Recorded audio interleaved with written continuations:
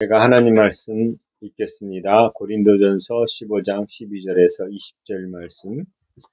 그리스도께서 죽은 자 가운데서 다시 살아나셨다 전파되었거늘 너희 중에서 어떤 사람들은 어찌하여 죽은 자 가운데서 부활이 없다 하느냐. 만일 죽은 자의 부활이 없으면 그리스도도 다시 살아나지 못하셨으리라. 그리스도께서 만일 다시 살아나지 못하셨으면 우리가 전파하는 것도 헛것이요 또 너희 믿음도 헛것이며 또 우리가 하나님의 거짓 증인으로 발견되리니 우리가 하나님이 그리스도를 다시 살리셨다고 증언하였습니다. 만일 죽은 자가 다시 살아나는 일이 없으면 하나님이 그리스도를 다시 살리지 아니하셨으리라. 만일 죽은 자가 다시 살아나는 일이 없으면 그리스도도 다시 살아나신 일이 없었을 터이요. 그리스도께서 다시 살아나신 일이 없으면 너희의 믿음도 헛되고 너희가 여전히 죄 가운데 있을 것이요. 또한 그리스도 안에서 잠자는 자도 망하였으리니 만일 그리스도 안에서 우리가 바라는 것이 다만 이 세상의 삶뿐이면 모든 사람 가운데 우리가 더욱 불쌍한 자이리라.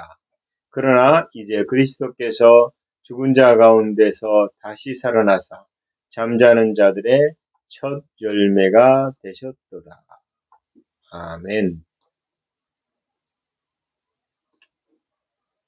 할렐루야. 오늘은 날씨가 참 좋습니다. 오늘은 부활주일, 부활절을 기념하는 부활주일입니다. 오늘은 예수 그리스도의 죽음과 그리스도의 부활에 대해서 좀 나누고자 합니다. 그것이 그래서 내가 알고 있는 부활은 무엇입니까?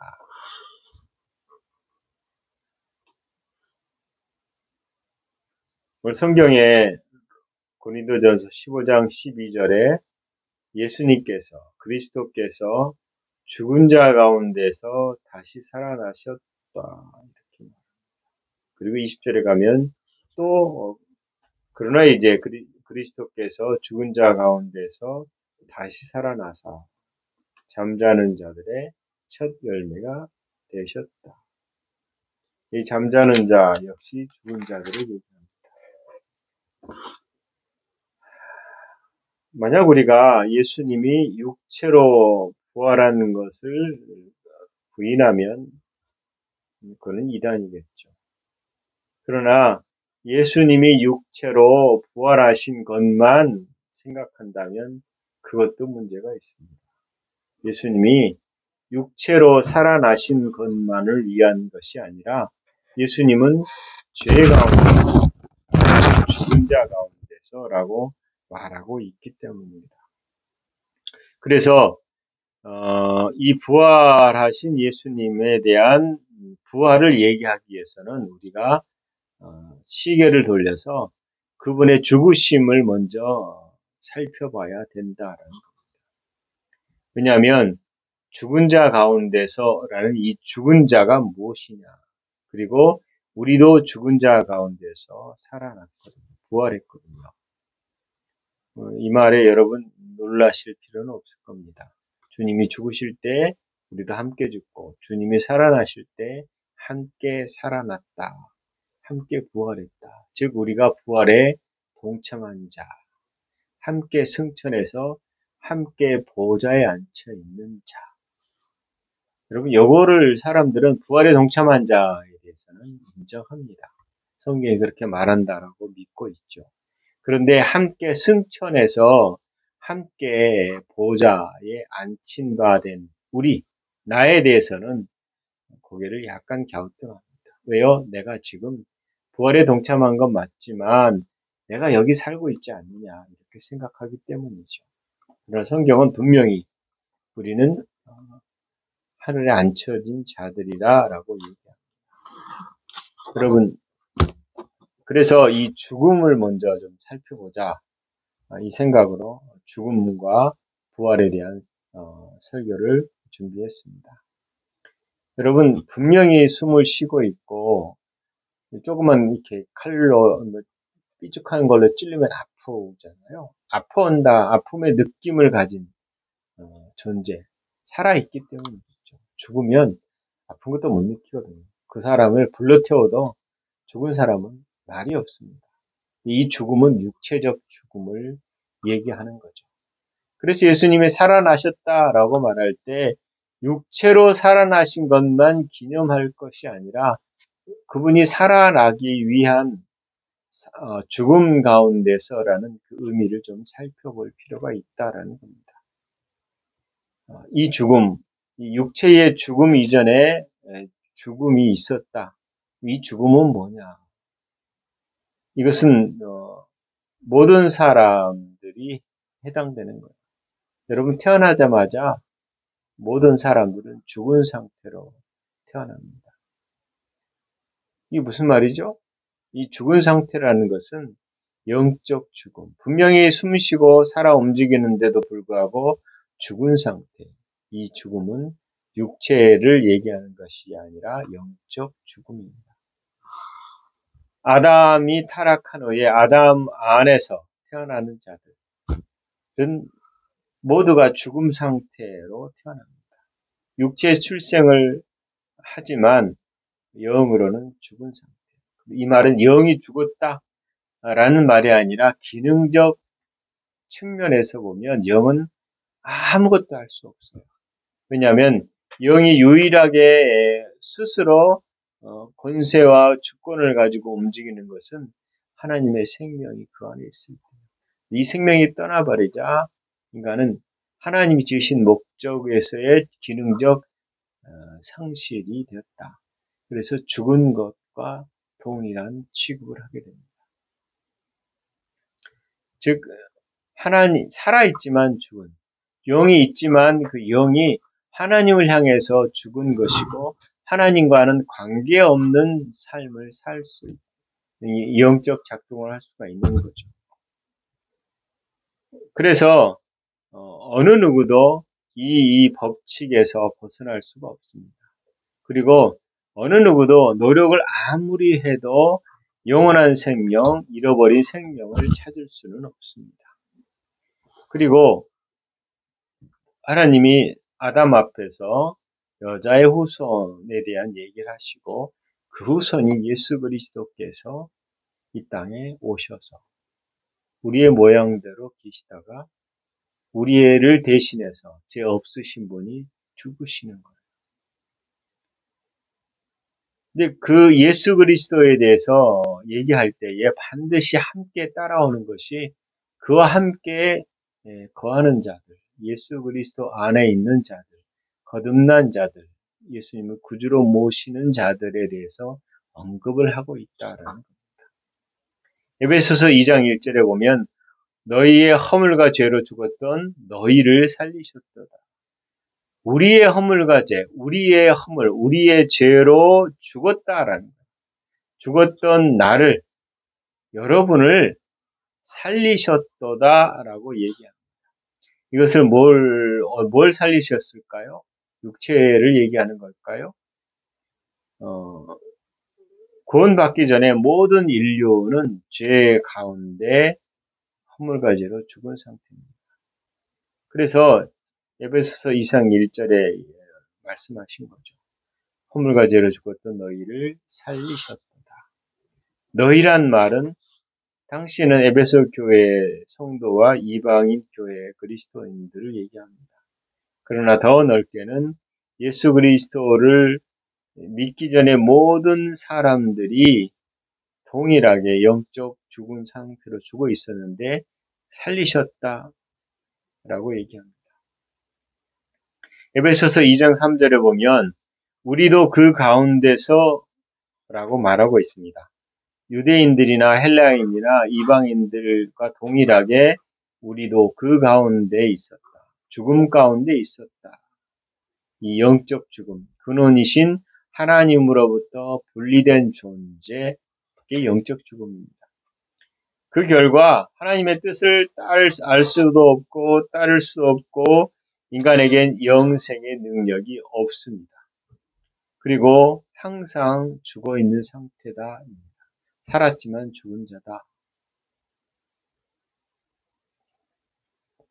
그래서 시편 51편 5절에 보면 내가 죄악 중에 출생하였으며 어머니가 죄 중에 나를 잉태하였도다.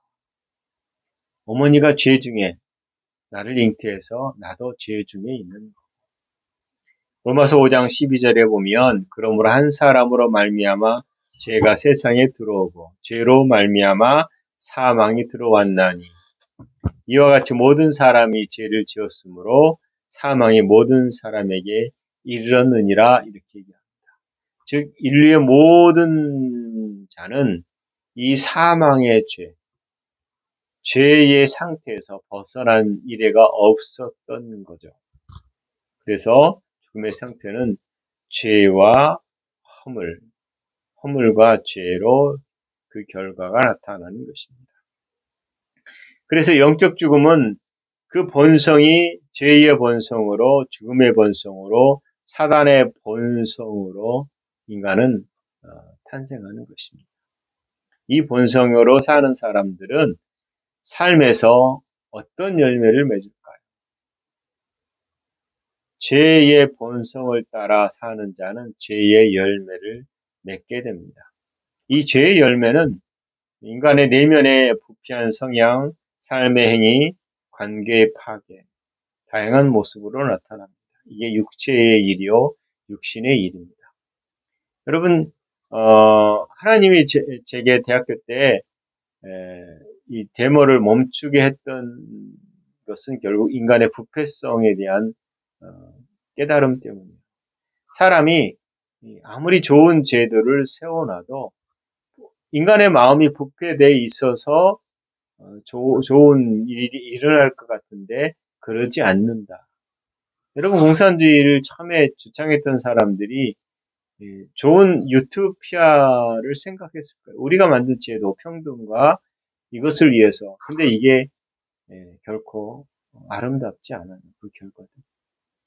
물론 자유민주주의라고 말하는 우리 대한민국이 처음에 세웠던 이 민주주의도 실제로 완벽하게 이 땅에다가 사람들을 천국처럼 만들 수는 없어요. 그러나 함석홍이 얘기했던 것처럼 선거철에 덜 나쁜 놈을 뽑는다라고 말하는 것처럼 인간의 제도는 부패된 본성을 가진 자들이 세우는 것들이에요. 이 시스템은 완벽하지 않아요. 그런데 이 시스템에서 사람들이 지금 보세요. 뻔한 거짓말을 하잖아요. 근데 뻔한 거짓말을 하는 사람들의 편을 드는 사람들은 또 뭐? 생각해 보십시오. 이게 뭐냐면 우리의 악한 본성 때문이에요. 우리는 정말 이 땅에다 하나님 나라를 선포하고 하나님의 나라의 통치가 이루어지지 않으면 이 땅은 악의 이 본성을 따라서 사람들이 어렵게 힘들게 고통스럽게 살 수밖에 없는 겁니다. 그래서 죄의 열매는 우리 내면에서 보면 내가 하나님같이 되겠다라는 이 자기중심성 그리고 자기의 소견대로 행했다라고 하는 사사기에 나오는 것처럼 내가 옳다고 생각하는 거예요. 여러분 설교 중에 자꾸 이런 말을 하는 건 죄송하지만 이 주사파 종북 공산주의는 특징이 뭐냐면 사람을 도구화해서 목표를 이루는 거예요. 그 사람이 내세우면 그 사람이 도덕성을 따지지 않아요. 우리의 목적을 위해서 그 사람을 세우는 거예요. 그리고 밀고 나가는 거예요. 그 사람이 어떤 악한 짓을 했어도 그냥 무마되는 겁니다. 왜요? 무리, 공산주의든 어떤 것을 신념했던 그 신념의 좌파 이념이라고 이렇게 편하게 얘기할게요. 그것을 이루기 위한 도구, 생명을 도구화시키는 거거든요. 그게 뭐냐면 인간이 가지고 있는 본성과 자기 소견대로 사는 불신앙, 두려움과 수치심, 탐욕, 성경은 탐욕은 우상숭배라고 그랬는데 이 우상숭배의 내면의 죄의 열매다라고 볼 수 있습니다. 그리고 이 행동으로 나타나는 것이 육체의 일인데요. 크게 갈라디아서 5장 19절에서 21절에 나타납니다. 죽음의 육체의 일은 분명하니 음행과 더러운 것과 호색과 우상 숭배, 주술과 원수 맺는 것, 다툼과 시기, 분냄과 당 짓는 것, 분열과 이단과 투기와 술 취함과 방탕. 여러분 여기에 우리가 해당되지 않아요. 근데 해당되는 것처럼 산다고 하면 속히 벗어나십시오. 그 다음에 이게 말한 사회관계 속에서의 악행이 드러납니다. 처음에 타락했을 때에 아담 그 다음 대우선 곧바로 폭력과 살인이 있잖아요. 불의한 제도, 불의한 재판관, 부정직한 상행위들, 우상화된 문명들, 바벨탑같이 하나님을 멀리하고 하나님을 아예 인정하지 않은 것들. 여러분 우리가 돈을 벌어야 되지만 돈이 우리를 행복하게 하진 않습니다. 그런데 그것이 행복하게 할 것이다. 그것이 우리에게 복을 줄 것이다. 라고 말한다면 우리의 찬송 중에 복의 근원, 강림하사라는 이 복의 근원을 멸시하는 겁니다. 우리에게 삶에 필요한 것들이 공급되지만 그것은 본질이 아니다라는 것. 그래서 예수님께서 마태복음 15장 19절에 마음에서 나오는 것은 악한 생각과 살인과 간음과 음란과 도적질과 거짓 증언과 비방이니 라고 말합니다. 우리에게 우리 마음에 부패된 상태. 그래서 이 부패된 상태가 우리 삶 가운데 그대로 나타나는 겁니다. 나라가 어지럽고 여러분 혼란스럽고 그럴 때 우리가 무엇을 놓고 기도해야 됩니까? 우리가 먼저 회개해야 됩니다. 눈을 들러 옥상에 올라가서 눈을 들러 이렇게 도시에서 보면 우리에게 보여지는 십자가가 얼마나 많습니까? 그 전에 1200만 성도라고 얘기했죠. 요즘은 뭐 그 정도는 안 된다고 얘기합니다. 800만 정도. 그러나 바닷물이 염도가 아주 낮음에도 불구하고 썩지 않듯이 우리는 이 땅의 이 민족의 구성원 속에서 훨씬 많은 퍼센테이지를 가지고 있는데 어지럽잖아. 국회에도 그리스도인들이 있고 민주당에도 그리스도인들이 있습니다. 국민의힘에도 마찬가지고 어느 당에든 그리스도인들이 꼭 껴있더라고요.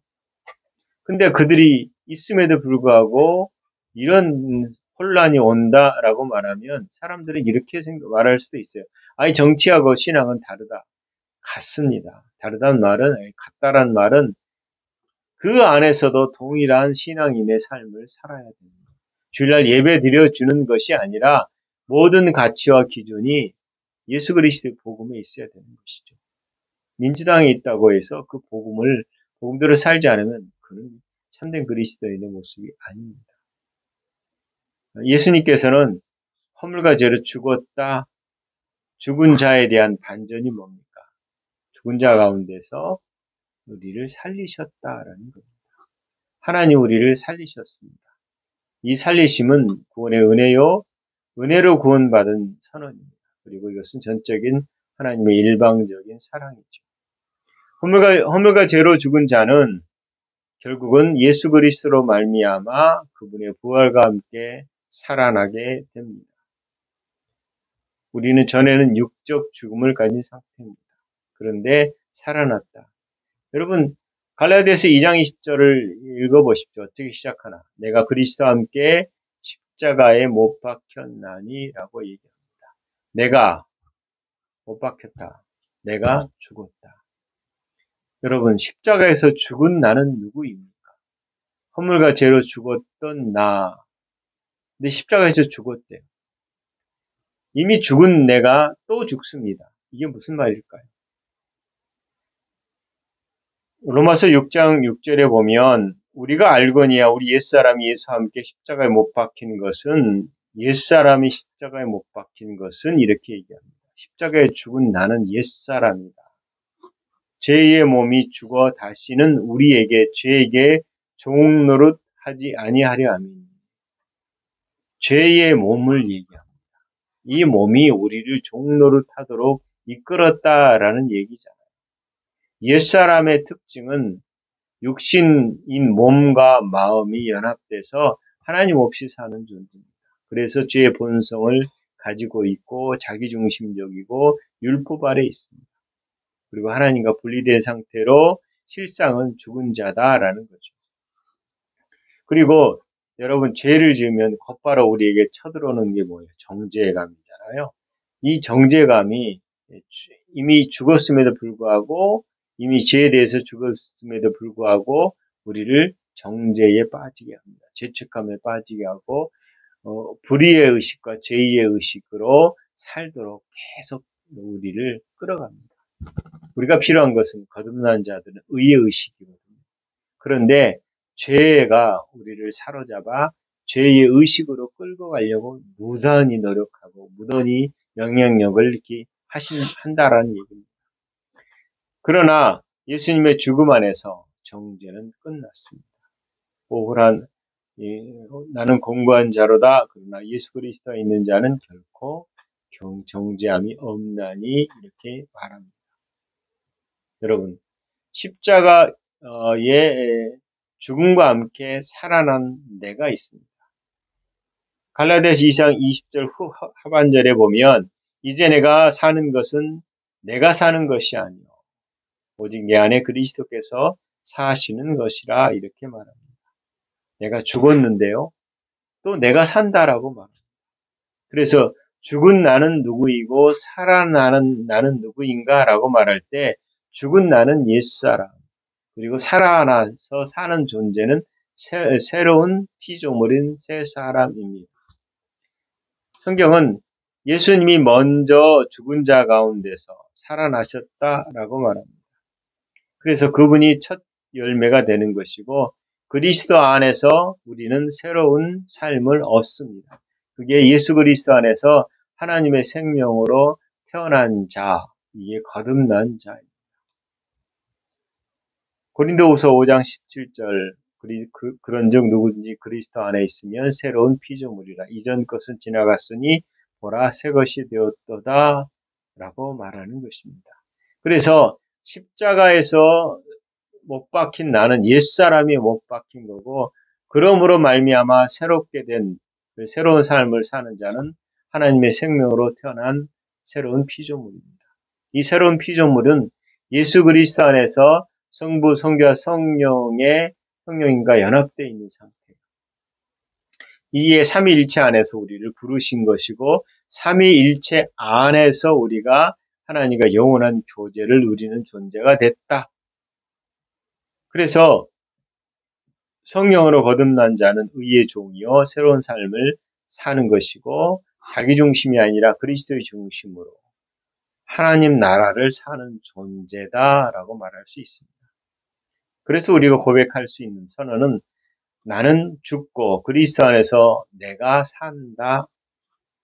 내가 사는 것은 곧 주님이 내 대신 산다. 이렇게 말하는 것입니다. 그러나 우리가 직면하는 문제가 있습니다. 내가 그리스도와 함께 사는 존재임에도 불구하고 새로운 피조물임에도 불구하고 우리에게 여전히 육신적인 것이 우리의 삶에 아버지 영광스러운 삶을 사는 것을 방해한다라는 겁니다. 왜 그럴까요? 우리는 분명히 거듭난 영입니다. 그런데 우리는 영인데 혼을 가지고 몸 안에 살아요. 이 혼은 퓨시케라고 하잖아요. 몸은 사르크스, 이 몸이거든요. 이 두 존재, 두 영역이 하나가 돼서 어디를 대적하느냐? 육신이 되어서 영을 대적해요. 영이란 말은 영, 푸뉴마, 하나님 전체를 지칭하기도 합니다. 즉 영의 삶을 사는 것을 방해한다라는 겁니다. 그래서 육신에 대한 우리의 생각을 좀 바꿔야 됩니다. 육신의 생각은 영의 생각과 반대입니다. 육신의 일과 영의 일은 구별되어서 성경은 분명히 말하고 있습니다. 비록 거듭난 우리라도 육신을 따라 살려고 하는 일이 일어나기 때문입니다. 여러분 새로운 피조물은 전혀 다른 차원의 삶을 살아야 됩니다. 이것은 마치 물에 있던 물고기가 육지로 와서 살 수 있도록 만들어진 건데, 물고기가 물에 살다가 이제 땅에 살 수 있도록 변화됐는데 다시 물속으로 들어가고 싶어 하는 거예요. 왜요? 그게 버릇이 돼서. 만약에 이 익숙해져 버린 이 삶을 버리고 익숙하지 않은 삶을 가려고 할 때에 가장 방해되는 것이 익숙하게 살았던 삶의 패턴입니다. 몸은 그렇게 반응합니다. 우리는 익숙한 것을 쉽게 버리지 못합니다. 생각이 여전히 변화되지 않았습니다. 그래서 다시금 돌아가서 살려고 할 때에 가장 고통스러워하는 게 영입니다. 영은 새롭게 되었고 전혀 다른 차원의 삶을 살아야 되는데 이 몸과 마음이 옛사람으로 돌아가 살려고 한다는 거죠. 그러면 괴롭습니다. 여러분, 예수 믿지 않는 사람들이 예수를 믿고 나서 예배를 드리면 그냥 눈물이 나오고 막 울어요. 근데 이게 자기 감정의 반응이 아니라 영의 반응이에요. 그런데 만약에 이 영이 거듭나서 이제 너무 기쁘니까 울음이 몸으로 표현되는데 영의 삶을 추구하지 않고 계속 육적으로 다시 가면 이게 사라져버려요. 영적 감각들이 사라져버리고 자신의 육신으로 돌아와서 육신적인 삶을 살게 됩니다. 모든 그리스도인들이 다 그런 건 아니지만 대부분의 그리스도인들은 이 방향으로 가고 있습니다. 주일날 예배 드리죠. 근데 그것을 말하는 게 아닙니다. 영으로 깨어서 성령님의 통치를 받아야 되는데 그게 잘 안 된다라는 거예요. 영은 새롭게 됐지만 우리 육신은 성경은 두 가지로 요구합니다. 육신의 문제에 있어서는 첫째는 우리의 생각, 우리의 마음을 새롭게 하고 생각을 복종시켜라. 사로잡아 복종시켜라. 견고한 진을 파쇄하라고 해서 이 혼의 영역인 마음의 부분을 그렇게 하라고 요구합니다. 그 다음에 몸은 예수 그리스도 안에서 거룩하게 구별되어 있다. 그래서 쳐서 복종시키라고 요구합니다. 여러분, 기도하려고 하면 혼과 몸이 참견하려고 합니다. 그래서 깊은 기도에 들어가지 못하고 포기하는 경우가 종종 있습니다. 내면의 깊은 차원의 삶을 살려고 하지만 혼과 육이 아주 시끄럽게 아우성치고 방해합니다. 그래서 결국 영 대신 혼과 육체를 의지하는 일이 다반사로 일어난다. 여러분, 우리는 어떤 존재입니까? 예수 그리스도 안에서 하나님의 생명으로 죽음 가운데서 살아난 자들입니다. 그래서 분명히 우리는 육체의 소욕이 성령을 거스리고 성령은 육체를 거스린다라고 말한다면 우리는 더 이상 육신의 삶을 사는 것을 거절해야 됩니다. 그리고 전에는 혼의 삶, 이 사르크스 피시케코크, 이 혼이 지배하는 쪽으로 가는 삶을 살았다면 이제는 영을 따라 살아야 됩니다. 육신을 따라 살지 않고 성령님을 따라 사는 자로 우리가 부르심을 받았다라고 말합니다. 그래서 성령을 따라서 우리의 정체성을 확립시켜야 됩니다. 정확하게 여러분 인식하시오. 나는 죽었습니다. 나는 더 이상 옛사람이 아닙니다. 나는 그리스도 안에서 새로운 피조물입니다. 내가 사는 삶은 내 옛사람을 따라 사는 옛자가 아니라 새 사람인 영을 따라 아버지의 생명을 나타내는 자다라는 겁니다.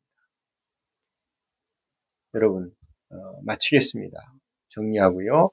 나는 옛 본성을 따라 사는 자가 아니라 새로운 본성으로 하나님의 생명을 그리스도와 함께 살아난 자들입니다.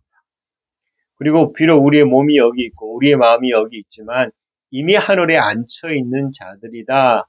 그래서 죄의 의식이 아니라 의의 의식을 가지십시오. 모든 생각을 사로잡아 그리스도께 복종시키십시오. 몸이 욕심을 따라가지 않도록 쳐서 복종시키고 복음의 정체성을 새로운 피조물에서 출발하십시오. 그리고 우리가 부활에 동참한 자로 이미 하늘에 앉혀져서 하늘 보좌에 있는 자로 이 땅에서 그 하늘 보좌에 있는 하나님 나라를 이 땅에 드러내는 나타내는 자의 삶, 곧 예수 그리스도의 삶을 사는 자라고 선포하십시오. 끊임없이 우리 의식을 바꿉시다. 우리 입술의 고백을 바꿉시다. 패배한 자가 아니라 승리한 자라고 고백하십시오. 이로 말미암아 하나님 나라를 이 땅에 나타낸 부활한 여러분 되시길, 부활의 삶을 살아가는 여러분 되시길 예수 그리스도 이름으로 축원합니다. 기도하겠습니다.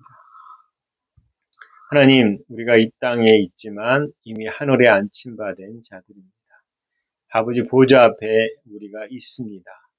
우리의 마음과 몸이 여기 있지만 하늘의 것을 마음에 두고 주의 말씀을 마음에 두고 그것을 선포하여 이 땅에 아버지의 영광과 뜻을 나타내고 아버지 그것을 통치함을 통해서 이 땅에 아버지 나라로 바뀌는 것을 아버지 저희들이 할 수 있게 하신 그 부르심의 삶을 사는 자들임을 고백합니다. 우리 육신은 거듭나지 않아서 어느 땐가는 사그러질 몸입니다. 그럼에도 불구하고 우리의 몸도 구속하셨습니다. 부르신 그날까지 우리에게 건강을 주셨음을 감사합니다. 하늘에서 이룬 것 같이 땅에서도 이루어지이다. 이 말씀이 육체 가운데서도 이루어졌음을 선포합니다. 아버지 우리의 생각을 사로잡아 그리스도께만 복종합니다. 이 땅을 사는 동안 예수 그리스도께서 부활을 통해서 죽음을 이기시고 죽음 가운데 있는 모든 저주와 상관없게 하셨으며 우리가 저주스러운 삶이 아니라 예수 그리스도 안에서 하나님 나라의 복된 삶을 사는 존재임을 고백합니다. 더 우리를 가르쳐 주시고 열어주셔서 생수를 마시며 이 땅을 살아가는 저희들 되게 하시옵소서. 감사합니다. 예수님 이름으로 기도합니다. 아멘.